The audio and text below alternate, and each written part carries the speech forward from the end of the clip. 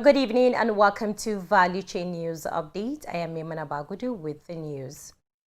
Petroleum product marketers may have stopped importing the product into the market, leading to scarcity of the commodity in some parts of the country. According to reports, the only importer of the commodity at the moment is the Nigerian National Petroleum Company Limited, NNPCL, as many depots and filling stations now lack petrol, leading to queues in most filling stations. The report. There are indications that marketers who imported petrol into the country recently could not sell to customers due to the return of subsidy on the product and the demand of the NNPCL not to raise the pump price. Speaking to newsmen recently, the National President of Petroleum and Natural Gas Senior Staff Association of Nigeria, Pengasan, Mr. Festus Osifo, stated that due to the cost of crude oil in the international market and the exchange rate, the government still pays subsidies on petroleum imports. Mr. Festus said that the price of crude in the international market was about $80 per barrel, but recently moved to about $93 to $94 per barrel for Brent crude, raising the price of petrol. The Socio-Economic Rights and Accountability Project, SIRAP, has sued Senate President Godswill Akpabio and 9 other former governors in the 10th National Assembly over collection of salaries and pensions as lawmakers. In the suit, which was filed over the weekend by its lawyers at the Federal High Court, Abuja, the group requested the court to compel the defendants to stop collecting both salaries and pensions. It has also asked for the return of any pension collected back to their state treasuries. SIRAP maintained that it is a fundamental breach for former governors to collect both salaries and pensions, as it is against public interest. Reacting to the development, a cross-section of Nigerians told Value Chain TV that the development is a welcomed idea. Sarah to investigate this matter is very serious issue. Since something that we have to do in since, it's welcome to development, and also most of the salary that senators or collectors is too much. Being them governors or former governors, presently some of them senators, part of them is a minister.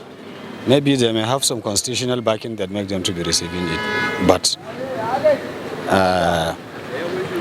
it's not good for them receiving salaries as senators or minister, as well receiving pension being former governors.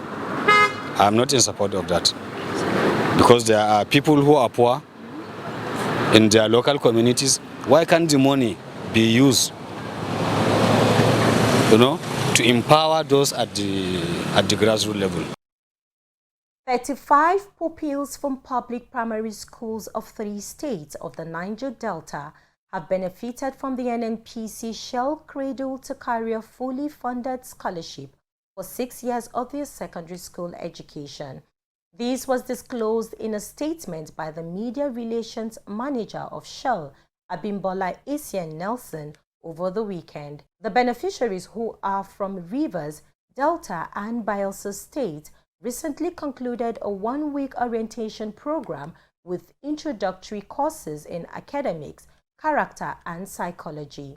The full scholarship will be funded by a joint venture comprising the Nigerian National Petroleum Company Limited, Shell Petroleum Development Company, Total Energies, and Nigeria Agip Oil Company. Chat Moses completes the report.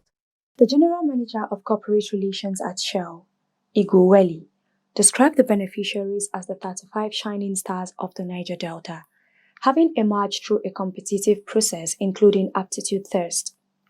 Speaking at the ceremony, Rivers State Commissioner for Education, Professor Kaniye Ebeku, commented the success of the program and the rigorous process of identifying for the pupils for less privileged background to help them acquire the best of education.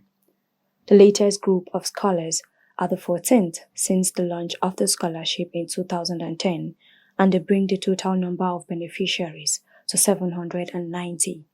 Chat Moses reporting for Value Chain TV.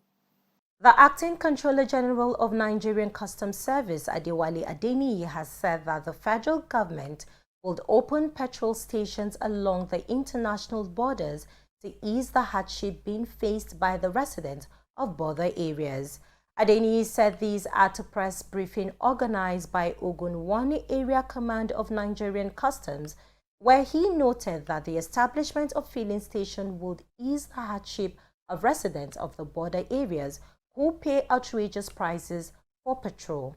The federal government had earlier banned sale of petroleum products within 20-kilometer radius to international borders in an attempt to stop the smuggling of the product out of Nigeria to other neighboring countries.